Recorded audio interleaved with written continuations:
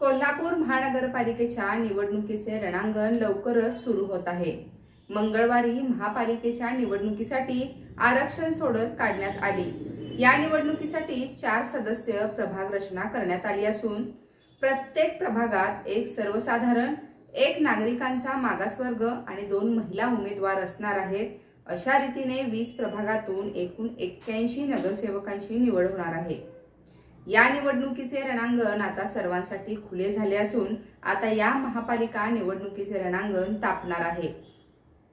कोल्हापूर महापालिकेची निवडणूक पुढील वर्षी लागणार हे मात्र नक्की, पण या निवडणुकीची उत्सुकता नेमकी नागरिकांना लागून राहिली आहे की नेत्यांना हेच कळत नाही। आरक्षण सोडत जाहीर झाल्यापासून नेत्यांनीही निवडणुकीच्या मोर्चेबांधणीला सुरुवात केली आहे। ज्या त्या पक्षाकडून उमेदवारी मिळवण्यासाठी इच्छुक उमेदवार पक्षातील पक्षश्रेष्ठींकडे साकडे घालताना दिसत आहेत। त्यामुळे या निवडणुकीला आतापासूनच रंग चढताना दिसत आहे। इच्छुक उमेदवारांकडून उमेदवारीची मागणी केली जात असली तरी नेते मात्र सावध पवित्रा घेत वजाबाकी बेरजेची समीकरणं मांडणार हे मात्र नक्की। आता जसजशी महापालिका निवडणूक जवळ येईल तसतशी इच्छुक उमेदवार नेत्यांचीही तारेवरची कसरत होताना दिसत आहे।